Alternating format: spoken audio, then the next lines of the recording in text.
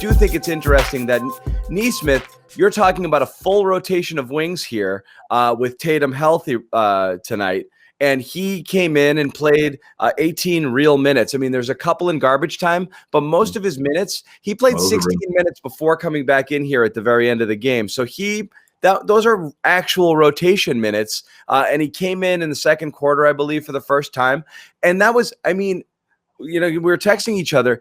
This is literally all you want out of the kid right now. This is a perfect performance. Just let Tatum and Brown create, get into the lane, draw people to them, kick it, and then take your shot. And he did it. And I mean, he was 3 of 5, but they were all the two he missed could have gone down as well. Quick release. That's it. I mean, everything else, the growing pains, the defense, you live with it for a little while. This is all you want out of him. If you can get 20 minutes out of Nesmith and a few open looks whenever he can, whenever it's created for him, great, gravy. I love it. Plus the Tommy point hustle back off that missed 3 where he's the only person going back. Only person going back on defense, and he runs back and deflects that pass and breaks up a bucket.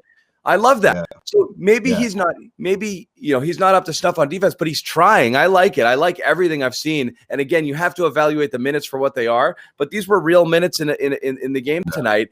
And he clearly jumped Grant in the rotation. He was out there, I'd say ahead of Javonte as well. So he's starting to kind of sneak up a little bit. That's exactly what you want to see. Well, that's exactly why Brad Stevens wasn't so eager to pull that trigger. Remember everyone asking for him after like game 5? Oh, just play him. Put Nesmith out there. They need him. No Kemba. Yeah, but he's still a rookie at the end of the day, and he still has to earn his keep. I mean, defensively, that's where you earn your keep, your playing time, your minutes as a rookie. Pritchard is the best example of that. And I think what was great to see tonight was especially when he was playing those minutes with the starting unit. I mean, that's something that realistically, let's face it, I'm sure Celtics fans will see that. Nesmith being, in there with Jayson Tatum, how those two can play off of each other, once he's developed or at least taken that next step. But this is in his rookie year. This is a humongous step. I still think, we talked about it last night, whether it's a 14, 15-point game, something to that effect on this West Coast trip will do him dividends. And I think making those couple of 3-pointers that we saw last night built his confidence for sure. And then as soon as he checks in, back-to-back threes in the first 5 minutes of checking in, I mean, his confidence is through the roof right now. Yeah, it's a different approach this year as well with the way practice is set up and no main and all these different things. You have to find reps and all that stuff in the flow of the game. And when you take a 15-point lead, then it comes down to Brad to be like, all right, can we squeeze him in here for this stretch? Can we have him expand or at least hold the lead? Because what you trust right now with Green and Semi is that they'll at least hold leads. If you have them mixed in there with Tatum and a starters, they're going to be able to do going forward. You feel confident that they're locked in enough defensively to hold leads or maybe expand them by a few points as they did tonight. Green was awesome in this one. Yeah. So Nesmith comes in and I love Green's minutes as well. The only thing we're saying about Nesmith, I think Josue, was not Brad play him now. It's find the pockets. You just wanted to see him get to the point that he could get minutes. Nobody, I think, was saying Brad's making a mistake not playing him. If Brad didn't think he was ready, he probably really wasn't ready. And what limited action we saw of him earlier in the year, he didn't look ready for whatever reason.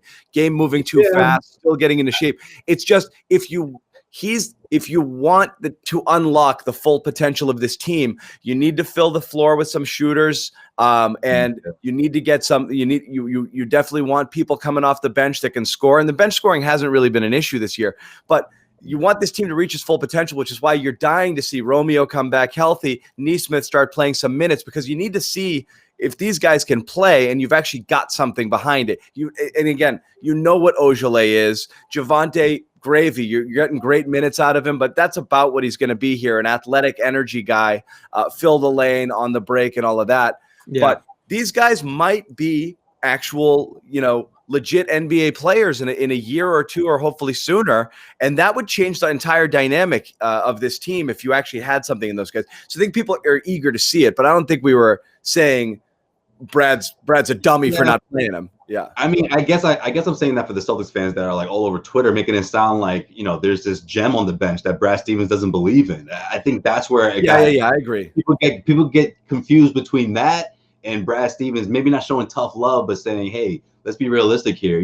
How up to speed is he going to be at the pro level, without all the training Especially in camp this without year. summer league. Exactly, without playing in this shit, the NCAA tournament. Like he hasn't played basketball since before the pandemic even started, or before the NBA shut down. You know, before everything shut down. So it was about a year. right. I mean, We all remember the quote, he can't get up and down the floor. Was he running? Was he playing Maybe he was being a responsible citizen and not playing basketball during those years. Is my bad not? Oh yeah, you can see that. At the NCAA tournament, you know, I think that makes a big difference. You know, I usually had think one that's really good shooting year. You know. Yes, the bed's not made. I just rolled out this morning. That's how it goes after these late shows. Yeah, you never showed that part. I didn't even notice that until they I didn't think it was on camera either. These people are observing it. Yeah, they're all over it right now. It's so Bobby Bedcam. Bobby so the listeners wanted a collective Aaron Nesmith apology cam. Are we there yet? No. Why? Why would we say that? This is what I'm talking about. See?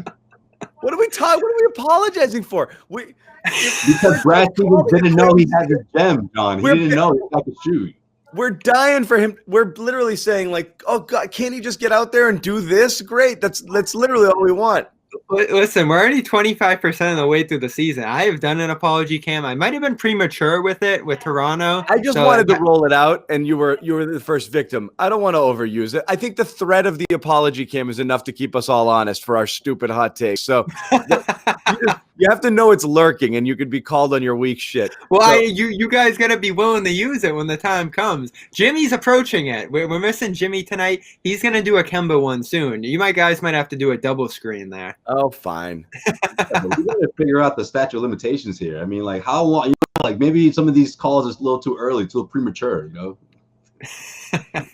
You're right. You don't want to do this too soon because the last thing you want to do is do an unapology cam, which my Raptors are, pushing for right now. I still think they could possibly get back in the playoffs. Like game one, I was on the wrong end of or at least after game one, I was on the wrong end of the Jeff Teague thing. But John was getting ready to cue up Bobby for the apology cam in game two because Jeff Teague dropped 19 points. I'm like, oh, I know. I held out on that one. I'm holding out on Tristan Thompson. I'm on the right side of that, but I don't think that's fair. Like, no, I don't know. So overall, in Nesmith, I'm stunned they put him in with a 4-point lead in that second quarter. I have to move the plant. I'm getting crap for the plant. Go. Man, leave it. I'm seeing, it's just coming out of all sides of his head. I'm stunned that Nesmith got in this game, and I was trying to pinpoint the exact point he came in on Sunday. I think they had a steady lead at that point, at least a couple of possessions. But in this one, he comes in 37-33. Chicago had just hit a shot. And it's an important juncture where if they go after him enough and he breaks down that much defensively, then, it could be a dangerous move there. But maybe it's practice. Maybe it's something they're seeing.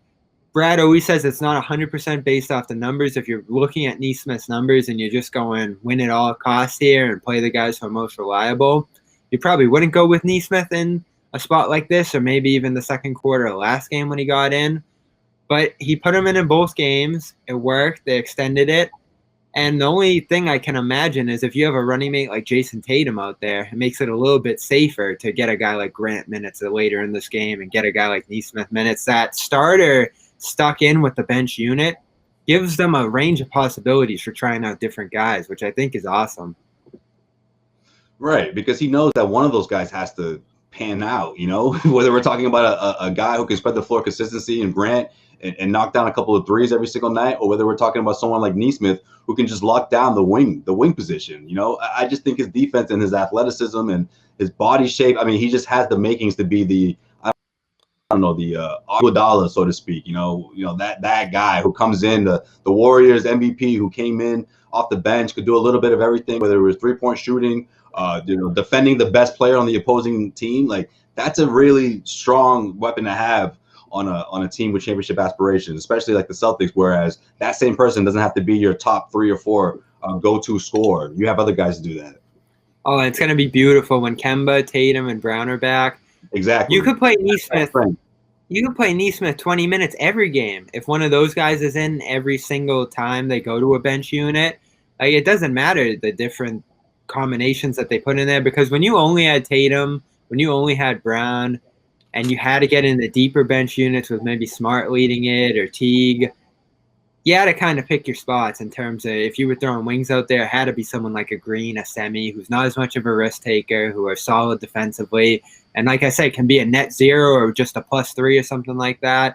When Nesmith came into this game, he did botch a few possessions defensively, but they were able to get a few buckets right back. So the balance was there. And they've managed the bench so well this year, where I think every single night, save for those Philly games last week, they've had an advantage when those second units have come in, because it's not like they're putting out 5 bench guys. They always have a starter out there. Yeah, that's true. I mean, that's the position they're in, you know. But again, like to your point, when these guys are at full strength, I mean, that's when we'll really know. And to be honest with you guys, man, you know, I had a lot to say about the whole Kemba early premature timetable, but this thing has been right on course if you really think about it. You know, they had that first update the first week of January where it seemed like, oh, okay, well, it's going to be a couple of weeks. And then a little after, or a week or 10 days after that, boom, he comes in. You know, he's on a minute restriction, obviously, but this is the course you want him to be on, because that West Coast road trip is right around the corner, and he's already got a couple of games under his belt. So, you know, having this night off and coming back and seeing how he responds from that, you know, it's just, I think he's on pace. He's on the schedule the Celtics want him to be on right now. So everything is panning out well. It's just, I don't know if they anticipated so many, missed games or postponed games or guys having to sit out because of COVID and health protocol. But, you know, for the most part, Celtics things have gone their way, you know, despite the 3-game skid.